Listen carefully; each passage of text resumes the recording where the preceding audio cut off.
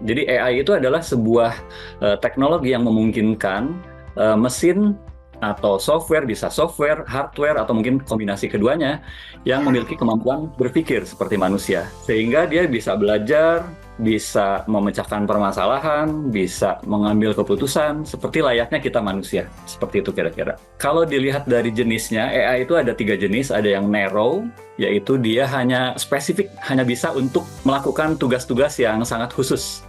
Misalkan seperti di handphone Bapak Ibu semua, saya yakin sudah ada yang namanya pengenalan sidik jari ya. Kalau untuk login kan kita bisa menggunakan sidik jari. Kemudian bisa melihat wajah kita dan kemudian mengenali wajah kita untuk login misalkan. Itu seperti itu narrow AI. Jadi sangat spesifik kemampuannya. Nah, kemudian ada juga yang namanya strong AI atau general intelligence. Nah, ini kemampuannya sudah mendekati manusia nih. Nah, mungkin sekarang ini sudah mengarah ke sana, meskipun belum sampai ke sana, tapi sudah sangat luar biasa. Kemudian nantinya kita akan, mungkin bukan di masa kita hidup barangkali ya, kita akan memiliki sebuah teknologi yang namanya artificial super intelligence, di mana AI itu sendiri sudah melampaui manusia kemampuannya. Dia sudah sangat pintar yang sehingga bisa mengalahkan manusia dalam hal berbagai bidang ya, termasuk di dalam hal scientific, kreatif ya, pemecahan masalah dan sebagainya. Nah, salah satu bidang AI yang saat ini sangat berkembang itu adalah generatif AI, Bapak Ibu. Nah, apa itu generatif AI? Jadi itu adalah salah satu jenis AI yang bisa membuat sesuatu yang baru. Jadi dia belajar dari sesuatu, terus dia menghasilkan sesuatu yang baru. Sama seperti Bapak Ibu guru mengajari siswa-siswa di kelas. Kita mengajari sesuatu ilmu pengetahuan. Nah, kemudian setelah hasil belajar tersebut, mereka bisa menciptakan sesuatu kan ya. Nah, itulah yang sekarang itu sudah bisa dicapai oleh AI. Kita memberikan pelajaran terhadap AI dan dia meng-create sesuatu yang bisa lebih baik daripada apa yang dipelajari. Nah, jadi itulah yang sifatnya generative AI. Jadi dia bisa menghasilkan sesuatu yang baru berdasarkan apa yang sudah dipelajari. Apa yang bisa dihasilkan dari generative AI ini? Bisa menghasilkan teks, bisa menghasilkan image, bisa menghasilkan video, bisa menghasilkan musik, bahkan juga bisa menghasilkan data. Kadang-kadang kita butuh juga ya untuk menghasilkan data tersebut. Nah, contoh misalkan ini yang sering saya lakukan juga, saya kadang-kadang suka nggak terlalu sempat mungkin untuk menuliskan email dengan lengkap dan baik secara etika penulisan gitu ya. Nah, akhirnya saya suka minta tolong AI. Ini contohnya saya diminta untuk mereview jurnal, dan kemudian saya nggak sempat untuk mereview jurnal. Jadi saya minta maaf, tidak bisa melakukan hal tersebut, dan saya minta dibuatkan balasan emailnya. Nah, saya cuma minta AI untuk membalas email ini aja. Saya bilang, mohon buatkan balasan dari email ini dan menyatakan bahwa saya tidak bisa. Ini yang sebelah kanan ini adalah hasil AI. Sangat bagus sekali teks yang dihasilkan. Nah, kemudian saya juga kadang-kadang dalam membuat presentasi PowerPoint misalkan, saya butuh ilustrasi. Saya juga bisa minta AI, tolong buatkan ilustrasi untuk slide ini yang bicara tentang apa gitu. Itu bisa seperti itu. Nah, ini contohnya saya minta membuat flyer. Ini kebetulan kita punya training namanya AI for Daily Operation and Administrative Task in the Office di BINUS itu. Nah, kemudian ya ini contoh desainnya ya, desain flyernya kira-kira seperti itu. Kadang kita juga butuh data. Misalkan saya ingin belajar tentang bagaimana cara mengolah data siswa misalkan gitu ya. Nah, ini saya bisa meminta AI untuk membuatkan data simulasi seperti ini. Saya minta dibuatkan 1000 data simulasi untuk analisis demografi dari mahasiswa di sebuah universitas dengan atributnya 10. Nah, ini dia sudah buatkan seperti contohnya. Nah, ini adalah beberapa contoh bagaimana kita bisa meng-create image dari AI generatif tadi atau generatif AI. Contohnya sebelah kiri saya minta dibuatkan sebuah poster untuk romantic film, judulnya Eiffel I'm in Love Again, gitu ya. Dia buatkan posternya, sangat menarik saya kira ya, Bapak Ibu, saya kira setuju. Sebelah kanan ini adalah saya minta buat logo untuk sebuah toko kue, bakery, toko roti ya, yang namanya adalah Grandpa Recipe. Nah, ini desainnya. Menarik ya Bapak Ibu ya, kalau kita lihat ini sangat sangat profesional hasilnya, saya kira. Saya fokus ke 4 hal tersebut, 4 hal ini. Jadi AI for teaching and learning, pertama adalah bagaimana kita menggunakan AI untuk mempersiapkan pembelajaran kita di kelas, class preparation. Dan kemudian bagaimana kita bisa menggunakan AI untuk membantu kita menyiapkan instructional stuff gitu ya. Nanti kita lihat apa saja yang dapat kita lakukan. Kemudian kita coba akan menggunakan AI untuk membuat sebuah assessment, exercise ya, latihan soal, project, materi diskusi ya. Nah, kita bisa tanyakan hal tersebut ke AI ya. Kemudian juga bagaimana kita merancang aktivitas di kelas supaya nggak cuma guru mengajar, siswa mendengar, itu aktivitasnya di kelas. Tapi banyak hal yang dapat dieksplorasi sesuai dengan topik-topik yang kita deliver di kelas tersebut. Nah, kita coba lihat satu-satu. Nah, untuk class preparation, ini ada beberapa hal yang dapat kita lakukan. Bagaimana kita memikirkan ide untuk aktivitas di kelas.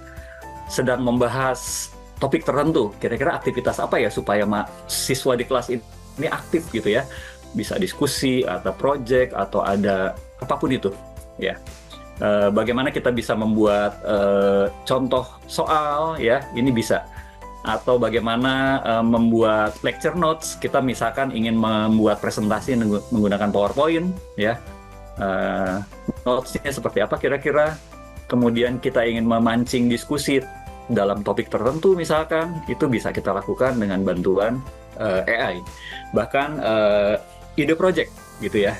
Nah, coba saya tunjukkan beberapa di antaranya.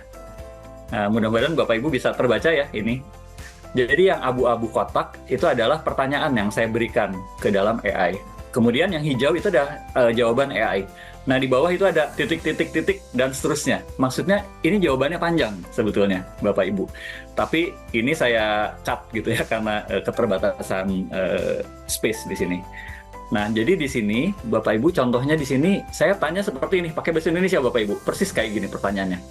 Berikan ide aktivitas di kelas agar siswa SMP kelas 9 dapat memahami konsep trigonometri dengan baik.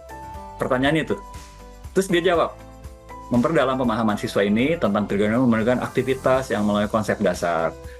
Nah, terus kemudian berikut beberapa ide aktivitas yang dapat membantu.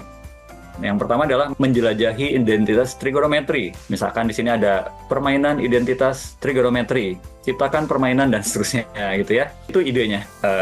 Nanti kita coba deh masukkan di dalam softwarenya. Nah, kemudian di sebelah kanan di sini saya minta dibuatkan. Oh ya, mohon maaf Bapak Ibu, mungkin ini banyak contoh di sini yang menggunakan matematika karena saya dosen di BINUS kebetulan banyak yang tentang matematik, jadi itu yang mungkin saya bisa dalami sehari-hari gitu ya. Tapi ada beberapa yang mungkin nanti tentang topik AI seperti itu. Kemudian di sini contohnya berikan contoh beberapa aplikasi persamaan geometri untuk memecahkan masalah di berbagai bidang. Jawabannya seperti ini: aplikasi persamaan trigonometri berbagai bidang, navigasi, menentukan arah dan jarak, kapal laut dan pesawat terbang dan seterusnya. Ya, luar biasa ya. Kita bisa banyak cerita tuh ke siswa kita. Jadi sebelum kita ngasih rumus, kita bisa kasih motivasi. Kalau kalian belajar ini, banyak loh aplikasinya nanti pada saat kalian dewasa nanti. Seperti itu misalkan ya. Oke, saya coba menunjukkan ini bagaimana pertanyaan ini saya masukkan ya. Misalkan saya masukkan di Microsoft Copilot ya.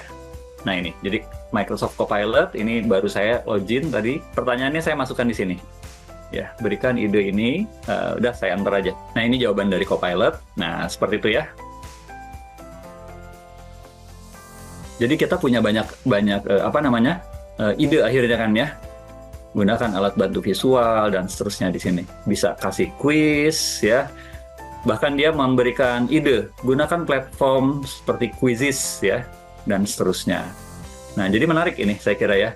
Bahkan dia kasih tips, ingatkan selalu mengaitkan konsep dengan situasi nyata agar siswa mudah memahaminya. Ya, seperti itu.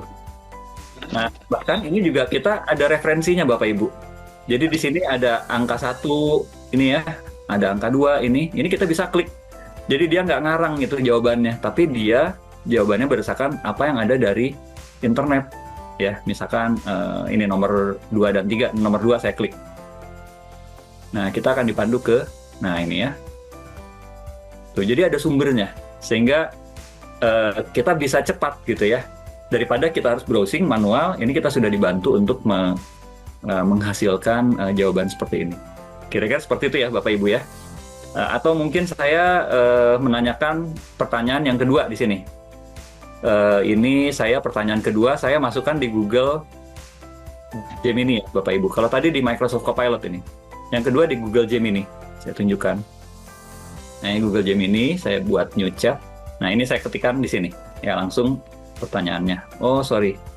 Dia itu, jadi kadang-kadang Google Gemini itu kalau di copy paste teks itu dia suka nggak langsung gitu ya. Ini saya copy teksnya, kemudian, nah ini saya masukkan di sini ya. Berikan contoh beberapa aplikasi persamaan trigonometri untuk memecahkan permasalahan di berbagai bidang. Nah, ini jawaban dari Google Gemini. Kita bisa lihat. Nah, jadi Bapak Ibu bisa memanfaatkan ini untuk memperkaya konten dari apa yang sudah kita siapkan di kelas gitu ya. Kita bisa banyak cerita. Bahkan kita bisa minta misalkan dibuatkan ilustrasi atau gambar, itu bisa. Ya, seperti itu. Nah, itu Google Gemini dan Microsoft Copilot. Ya, Bapak Ibu. Nah, lanjut. Nah, ini kadang-kadang kita melihat, sama sih saya juga kalau di kelas, apalagi saya kan ngajar kalkulus sekarang. Mahasiswa suka ngantuk gitu. Apalagi kemarin belajar tentang integral atau limit. Waduh, itu lumayan berat kan buat mahasiswa, itu ngantuk di kelas. Nah, gimana supaya ada ice breaking? Nah, kita bisa tuh minta ide ice breaking. Misalkan seperti ini ya. Berikan ide icebreaker saat siswa belajar tentang aplikasi persamaan trigonometri di berbagai bidang. Nah, dia kasih tuh idenya. Misalkan trigonometri di berita, minta siswa membawa koran atau majalah yang menyebutkan trigonometri. Bagi kelas menjadi kelompok kecil dan setiap kelompok mendiskusikan satu artikel. Ya, menarik ya. Kemudian saya juga bisa minta, ini sebelah kanan, membuat contoh soal. Ya, berikan contoh soal dan jawab terkait aplikasi trigonometri di bidang ekonomi. Nah, ini dia buatkan, dan ada jawabannya serta penjelasannya. Ya, jadi Bapak Ibu nggak perlu buka buku gitu ya, atau mungkin buka buku sebagai referensi. Kita punya banyak variasi soal jadinya, seperti itu. Ini contohnya. Kemudian, nah yang sebelah kiri, saya misalkan ingin menyiapkan sebuah materi pembelajaran di kelas.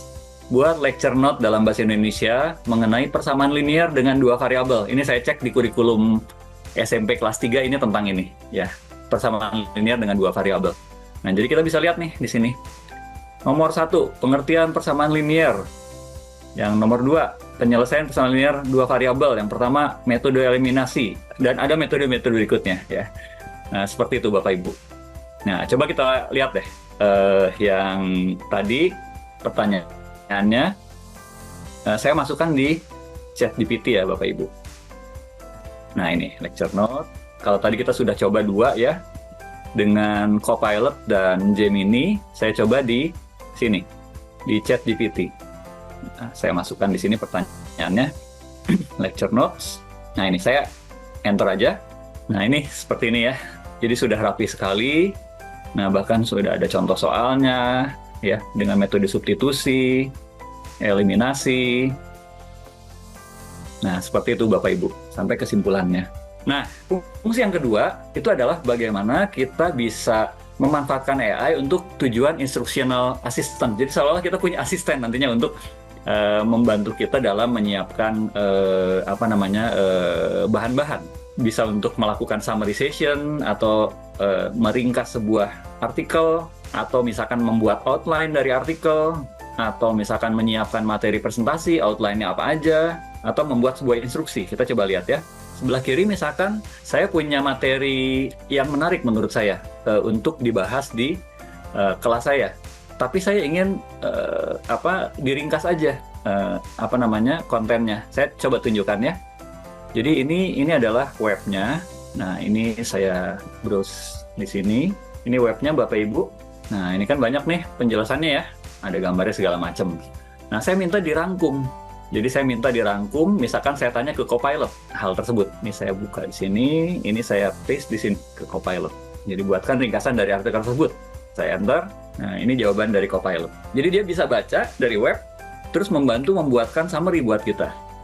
Ya, daripada kita baca capek sampai dari awal sampai akhir gitu ya, kita bisa cepet. Nah, itu contohnya ya, Bapak Ibu. Oke, yang berikutnya yang menarik adalah kita bisa manfaatkan generatif AI ini untuk membantu kita untuk membuatkan sebuah assessment buat siswa kita di kelas. Misalkan kita mau buat cerita, ada fill in the blank gitu ya, ada beberapa bagian dari pertanyaan kita kosongkan supaya mahasiswa atau siswa kita mengisi bagian tersebut. Istilahnya fill in the blank ya, isi di bagian kosong. Kita juga bisa membuat sebuah pertanyaan-pertanyaan untuk tes atau kuis interaktif. Nah, ini yang paling menarik nih, saya kira. Nah, coba kita lihat ya. Misalkan saya ingin membuat sebuah fill in the blank. Jadi, fill in the blank itu adalah pertanyaan yang nantinya harus diisi di bagian-bagian yang sudah ditandai. Nah, ini contohnya di sini. Buat soal fill in the blank tentang aplikasi transformasi geometri di berbagai bidang. Nah, terus dia membuatkan ini jawabannya. Instruksi. Isilah titik kosong dengan kata-kata yang tepat untuk menyelesaikan kalimat berikut. Nah, contohnya di sini, seorang arsitek merancang sebuah bangunan baru dengan menggunakan satu itu apa, gitu ya, untuk memindahkan denah lantai. Dia kemudian menggunakan 2 untuk memutar denah dan seterusnya. Jawabannya adalah ini, ya. Nah, jadi menarik ya, Bapak Ibu ya, kita bisa membuat cerita seperti ini. Bahkan kita juga bisa seperti ini. Ini yang menarik. Kita ingin membuat sebuah soal, ya, multiple choice. Tapi teorinya itu ada di website tertentu. Bisa seperti itu. Nah, saya contohkan di sini, buat 10 soal multiple choice berdasarkan informasi yang ada di sini. Nah, ini saya punya website yang membahas transformation geometry, dan dia bisa membuat soalnya di sini. Ya, 10 soal. Ini saya cut aja. Seperti itu. Dan jawabannya tentu saja di sini. Tentu saja kalau kita buat dari nol, wah lama sekali pastinya ya. Ini kita cuma butuh berapa detik saja untuk melakukan hal ini. Seperti itu ya Bapak Ibu ya. Nah, yang berikutnya menarik adalah kita juga bisa memanfaatkan teknologi AI ini untuk membuat ide-ide aktivitas di kelas. Ya. Nah, mungkin yang Bapak Ibu khawatir adalah siswa kita di kelas menciptakan atau menjawab problem yang kita berikan dengan menggunakan bantuan AI. Kita bisa cek apakah mereka jawabnya pakai AI atau enggak. Itu bisa ya, dengan AI juga ngeceknya. Nanti kita coba lihat ya.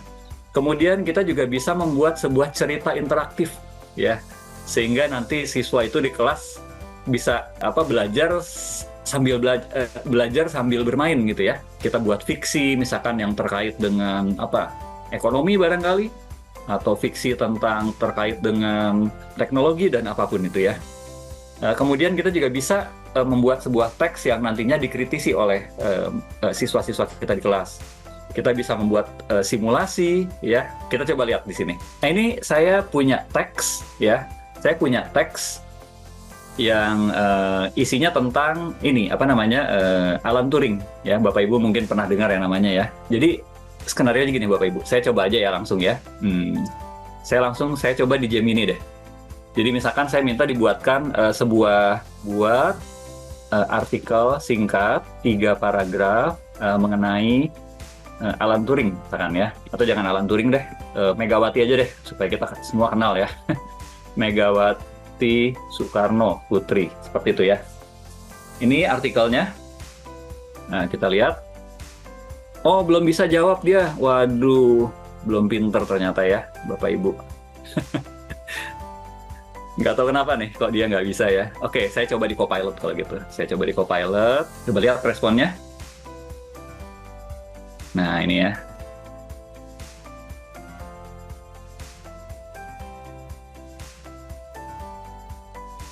Oke. Ini, saya coba copy, kemudian saya minta Gemini untuk ngecek, atau mungkin di ChatGPT deh, saya minta bantu saya untuk memeriksa artikel berikut, apakah dibuat dengan bantuan AI atau tidak. Nah, seperti itu ya. Ini artikel yang tadi ya, saya enter. Kita lihat jawaban dia.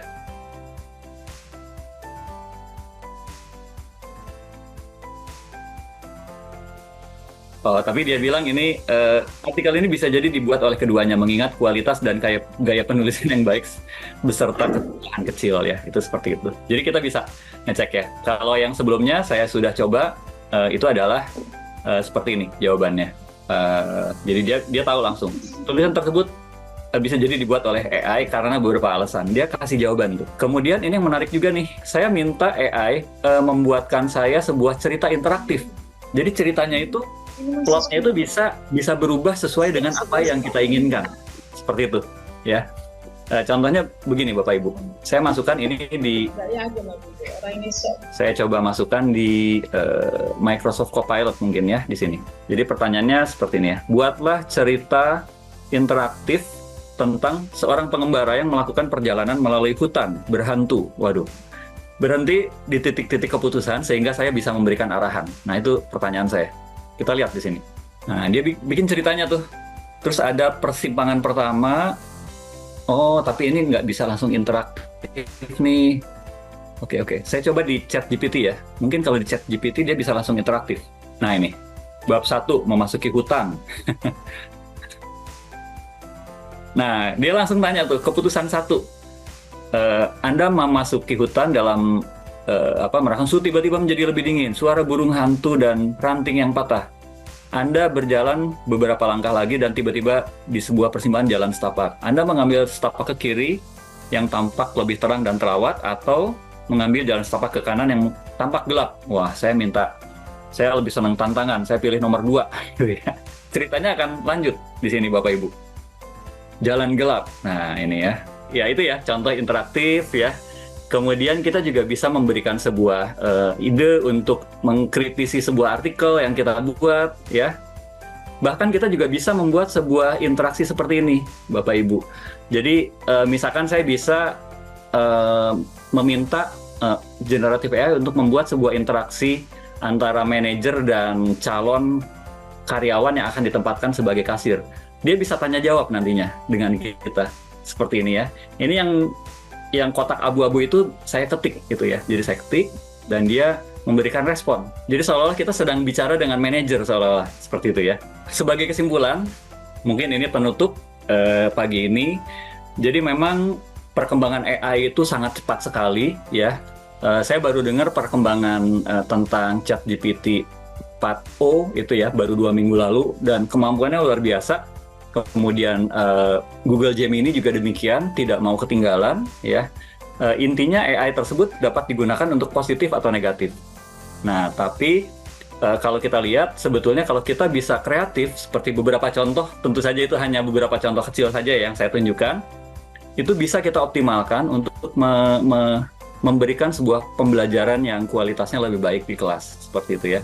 Nah, intinya adalah kita selaku guru tentu saja beserta siswa ini harus selalu belajar ya, harus selalu belajar khususnya dalam hal teknologi AI agar kita selalu bisa kompetitif. Jadi demikian saja mungkin materi yang saya bisa sampaikan. Saya ucapkan terima kasih. Izin Pak, ingin menanyakan beberapa pertanyaan. Pertanyaan pertama Pak, bagaimana sih Pak caranya yang efektif agar kita sebagai seorang guru dapat menjadi agent of change dalam memperkenalkan dan meningkatkan kesadaran AI kepada generasi muda kita dalam bidang pendidikan pada sekolah-sekolah yang berada di daerah pedalaman-pedalaman. Kemudian yang kedua, apa kendala yang banyak ditemui saat penerapan AI di berbagai sektor terutama di Indonesia? Dan di MIPA, apakah ada joint riset yang bisa diikuti oleh para peneliti di bidang AI dan bagaimana aksesnya? Serta yang terakhir, kan AI ini juga sangat membantu dan sangat bermanfaat sekali bagi guru Pak ya. Nah, selain dari kelebihannya itu, menurut Bapak apa dampak negatif dari implementasi teknologi kecerdasan buatan AI dalam bidang teknologi? Karena mengingat sekarang ini, karena kecanggihan AI juga dapat menyebabkan adanya terdapat data dapat disalahgunakan, seperti penipuan data, pelanggaran data, dan keamanan privasi data. Sekian Bapak Sani, terima kasih atas kesempatannya. Mungkin yang pertama tentang edukasi ya, untuk mungkin teman-teman sekaligus siswa ya. Ya intinya sih sebenarnya menggunakan AI itu seperti kita memiliki sebuah alat yang bisa digunakan untuk tujuan positif atau negatif. Seperti misalkan kita punya pisau gitu ya.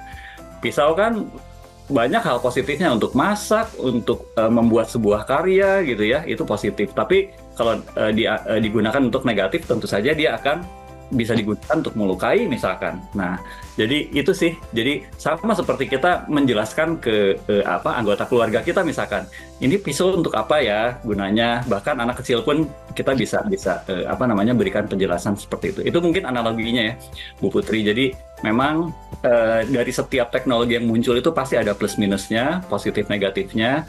Jadi ya yang pasti kita harus selalu belajar, selalu melihat perkembangan terbaru. Kita sekarang mungkin bisa memahami sesuatu yang baru dengan cepat hanya dengan mencari artikel di YouTube misalkan gitu ya. Kita tinggal dengar, bisa kita lakukan sambil melakukan kegiatan lain. Jadi kita selalu terupdate gitu ya, sehingga apa yang positif, apa yang negatif kita bisa tahu, dan dampak negatifnya kita bisa sampaikan ke orang yang mau kita berikan edukasi. Jadi intinya sih belajar terus, Bu Putri ya, itu saya kira. Seperti yang kita lakukan di BINUS juga, memang kita sudah mulai seperti ini, tapi memang kebijakan dari pemerintah belum ada, Bapak Ibu semua. Jadi memang apakah misalkan Microsoft Copilot boleh digunakan dalam kelas misalkan, belum ada kan aturannya ya. Tapi kalau Bapak Ibu lihat apa yang saya tadi contohkan, menurut Bapak Ibu apakah layak kita melarang? Kayaknya enggak ya. Kalau kita gunakan dengan tujuan seperti tadi gitu. Nah itulah, jadi kita harus melihat secara proporsional saya kira. Jadi kalau kita bisa manfaatkan, kenapa tidak gitu untuk meningkatkan kualitas pembelajaran kita. Nah mungkin dampak negatifnya, betul yang tadi Bu Putri sampaikan, beberapa hal ya, seperti misalkan tadi privacy. Jadi Bapak Ibu kalau misalkan menggunakan AI, ada potensi data private kita itu akan digunakan untuk proses pembelajaran. Karena AI itu kan belajar terus ya. Pada saat kita berinteraksi itu juga dia belajar terus. Nah, dari sana itu ada potensi data yang kita masukkan di dalam AI tersebut itu bisa digunakan untuk pembelajaran lebih lanjut dan terekspos. Itu kalau kita gunakan yang versi yang memang gratis, atau bahkan yang plus saja seperti ChatGPT itu masih dia belum menjamin. Tapi kalau kita menggunakan yang kelas enterprise, itu dia jamin datanya tidak digunakan oleh mereka untuk pembelajaran. Jadi untuk layanan tertentu itu bisa dijaga sih Ibu Putri ya. Nah mohon kalau memang menggunakan tools AI, dicek lagi term of service-nya bagaimana. Jadi seperti yang di ChatGPT, dari slide saya tadi saya sampaikan bahwa untuk yang kelas enterprise, mereka menjamin datanya tidak digunakan untuk pembelajaran seperti itu ya. Kemudian tadi soft skill mungkin ya, di sini kalau saya coba melihat pertanyaan yang ada di Q&A ya, soft skill, hard skill ya. Hard skill dulu ya. Hard skill tentu saja harus dicoba Bapak Ibu ya. Kalau kita tidak coba ya kita nggak tahu. Saya juga malam ini baru coba nih beberapa hal yang tadi saya amazed juga sih Pak Poltak tadi, ternyata bisa interaktif ya. Saya baru coba terus terang semalam. Nah jadi ya itulah, dengan adanya teknologi yang terbaru, kita selalu harus coba hal baru. Bahkan Bapak Ibu kalau misalkan download aplikasi ChatGPT yang versi paling baru di HP Android, saya kebetulan nggak pakai Apple untuk HP-nya, itu sudah bisa berinteraksi dengan tanya jawab dengan dengan komunikasi verbal aja. Jadi kita nggak perlu ngetik lagi. Dia kasih jawaban verbal juga. Bahkan nanti semua interaksi kita itu ada teksnya, ada lognya. Jadi kita bisa ngelihat historinya juga gitu. Itu sih mungkin hard skill, selalu update aja dengan perkembangan terkini, karena cepat sekali sekarang perkembangannya. Jadi kalau kita nggak mengikuti ya nanti ketinggalan. Mosok kalah sama siswa kita ya, kan nggak pas juga. Nah, soft skill saya kira itu ya, kita harus memahami potensi-potensi negatif dari AI tersebut. Ya salah satunya tadi ya, data privacy, ya kemudian bisa ada penipuan dengan AI. Secara umum kan sekarang sudah ada kemampuan untuk seperti misalkan voice dari AI menggunakan suara kita ya untuk penipuan, atau mungkin ada yang namanya deepfake ya, melakukan penipuan dengan video seolah-olah kita, bahkan sebetulnya orang lain yang berpose di situ gitu ya, itu bisa dilakukan. Jadi saya kira kita harus menempatkan AI itu di di jalur yang benar supaya kita bisa tahu potensi yang positifnya. Gitu, Bu Putri. Mudah-mudahan menjawab. Pak, terima kasih Pak Sani atas penjelasan yang sudah lebih update ya. Untuk saya perkenalkan, saya Helena Veronica, Kepala Sekolah SD Santo Yosef Sidikalang yang bekerja sama dengan BINUS Yayasan Sri Amal Medan. Pak, menurut saya pertama itu memang guru harus cerdas, terutama di dalam tingkat SD ya, tingkat SD. Bahwa memang sangat menarik fitur-fitur dari AI ini, sehingga dengan demikian membantu kami, terutama para guru. Tapi mungkin di sini opini saya bahwa guru harus cerdas, karena untuk di tingkat sekolah dasar itu perlu penuntunan. Sementara mereka juga harus kita ajarkan bagaimana membaca, menulis, membuat suku kata, dan untuk selanjutnya.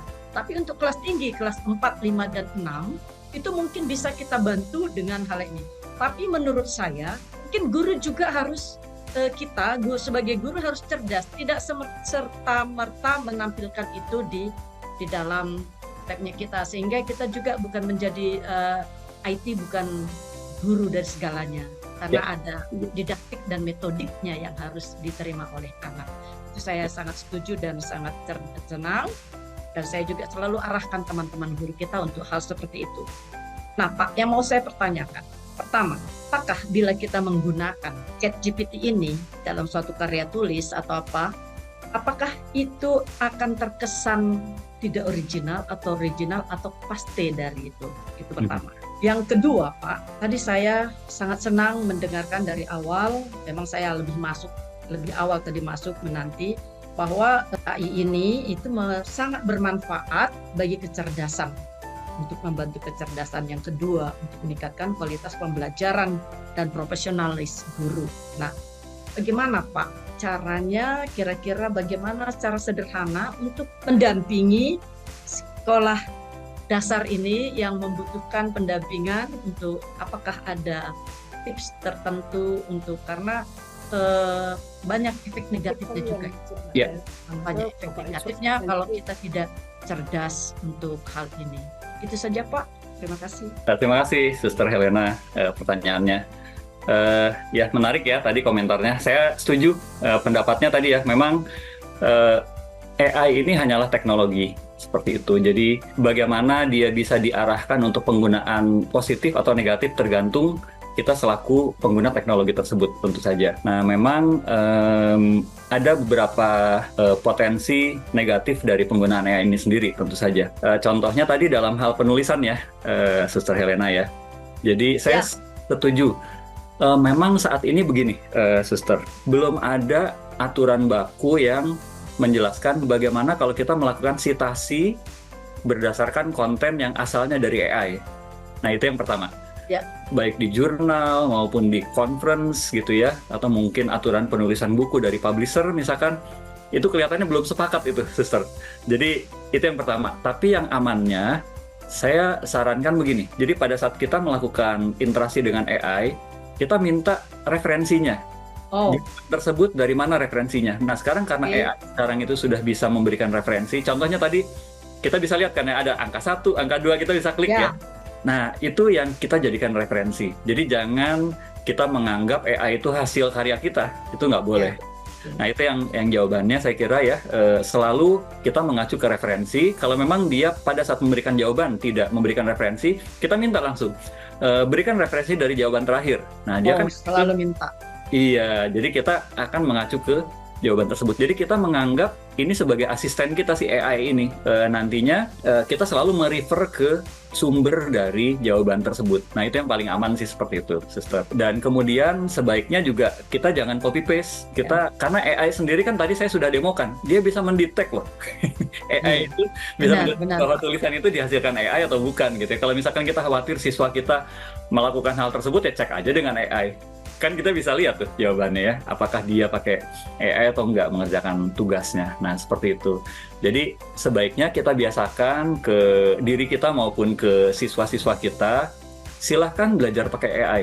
Tapi coba tulis ulang apa yang diperoleh dengan kalimat masing-masing. Oh, Nah, seperti itu.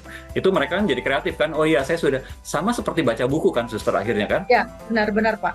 Gitu ya. Jadi kita cuma proses pembelajaran yang mereka lakukan jadi lebih cepat gitu. Karena langsung ke apa yang memang ingin dipelajari saat itu. Nah, mungkin itu sih tipsnya untuk terkait dengan penulisan ya, suster.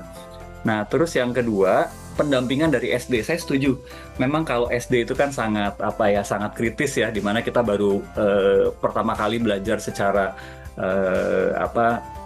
terbimbing oleh guru-guru gitu ya. Kita belajar banyak hal di sana. Yang membentuk pribadi kita saat ini tuh katanya SD ya, suster ya, TK dan Ya, SD. benar.